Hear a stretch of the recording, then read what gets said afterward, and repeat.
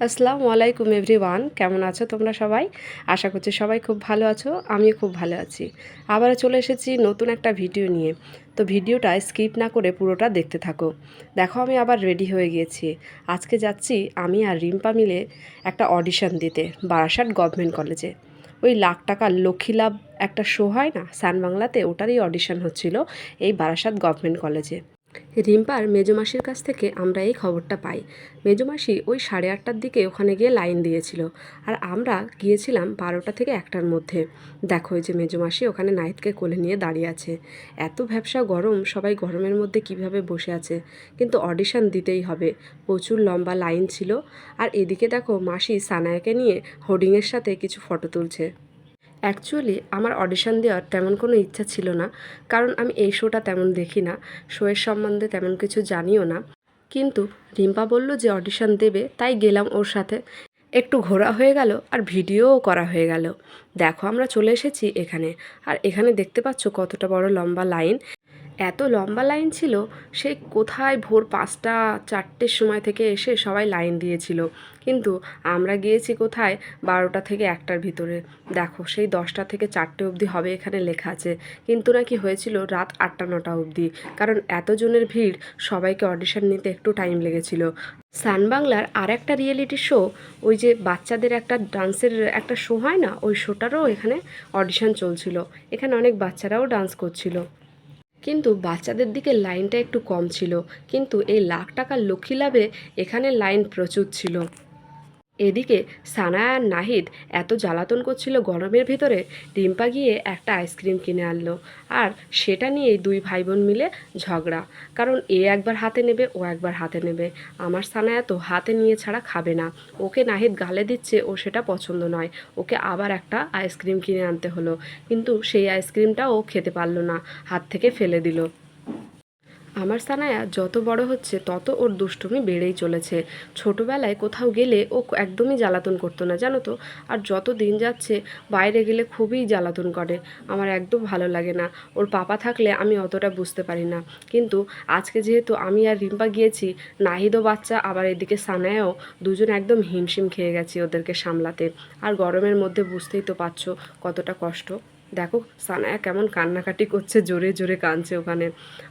আর আমরা এত লাইন দেখে দুজন মিলে ভাবলাম যে না, এ অডিশন দেওয়া আমাদের পক্ষে সম্ভব নয়, কারণ এরা অনেক জ্বালাতন করবে।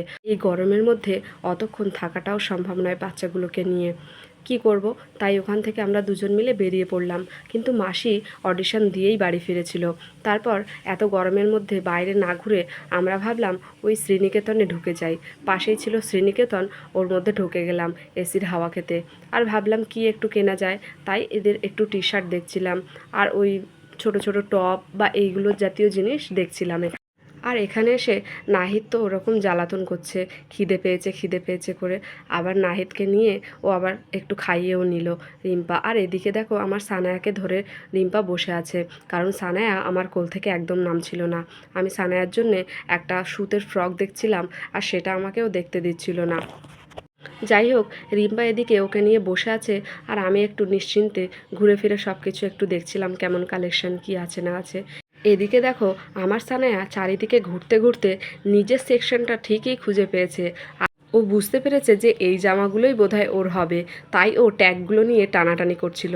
আমি আবার ওকে ওখান থেকে সরিয়ে দিলাম, আর এগুলোর মধ্যে থেকেই একটা সুতের ফ্রক আমি বেছে নিলাম, আর সেটা কিনে ওখান থেকে বেরিয়ে পড়লাম। তারপর এবার কিছু তো খেতে হবে, তখন প্রায় 2:30 বেজে গেছে। ভাবলাম পাশে অন্নপূর্ণা রেস্টুরেন্ট আছে, ওখানেই ঢুকে যাই। তো ঢুকে গেলাম।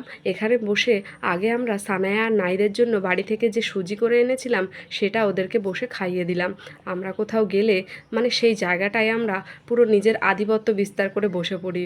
মানে এই বাচ্চাগুলোকে নিয়ে ওখানে খাইয়ে দাইয়ে হাত মুখ ধুইয়ে তারপর আমরা খেতে বসেছি। বেশ অনেকক্ষণই আমরা এখানে বসেছিলাম। আর বাইরে একটু বৃষ্টিও পড়ছিল, ভ্যাপসা গরম ছিল, তাই মেঘলাও ছিল, একটু টিপটাপ বৃষ্টিও পড়ছিল। তারপর ওদেরকে খাওয়ানোর পর আমরা অর্ডার করেছিলাম চিকেন বিরিয়ানি আর এগ চাউমিন, আর তার সাথে একটা কোল্ড ড্রিঙ্কস। এই ছিল আমাদের দুপুরের খাবার। তো দুজন মিলে আমরা শেয়ার করে ওটা খেয়ে নিয়েছি। বেশ পেটটা ভর্তি হয়ে গিয়েছিল। আর অন্নপূর্ণা হোটেলে এখানে আমাদের যে চাউমিনটা দিয়েছিল সেটা একটু পোড়া পোড়া টাইপের হয়েছিল। তো রিম্পা সেটা বলল, আবার ওরা সেটা চেঞ্জ করে দিয়েছিল। দেখো আমি হলে কিন্তু এটা বলতে পারতাম না, কারণ এগুলোতে আমি তেমন কমফোর্টেবল নই যে এটা চেঞ্জ করে দাও বা এই খাবারটা ভালো হয়নি, কি জানি আমার কেমন একটা লাগে। কিন্তু রিম্পার এই স্বভাবটা আবার অনেকটা ভালো, যে এটা খারাপ হয়েছে মানে এটা আমাকে চেঞ্জ করে দিলে তবে আমি ভালো খেতে পারবো। তো এটাও বলেছিল বলেই হয়তো আমরা ভালো আবার আমাদের জন্য স্পেশাল করে বানিয়েও দিয়েছিল। এখানে খাবারের কোয়ালিটির দিক থেকে কোনো অসুবিধা নেই, কিন্তু কোয়ান্টিটিটা একটু কম ছিল অন্য মানে রেস্টুরেন্টের তুলনায়। তারপর এখান থেকে আমরা খাওয়া দাওয়া সেরে বেরিয়ে পড়েছি। হাঁটতে হাঁটতে ওই চাপাডালি অবধি গিয়েছিলাম। ওখান থেকে বাসে করে তারপর মুদিবাড়ি স্টপেজে নামলাম। ওখান থেকে টোটো করে আমাদের সোজা বাড়ি। এই ছিল আজকের ভিডিও। কেমন লাগলো অবশ্যই কমেন্ট বক্সে জানিও। সবাই ভালো থেকো, সুস্থ থেকো। আবারও দেখা হবে নতুন কোনো ভিডিও নিয়ে। আল্লাহ হাফেজ।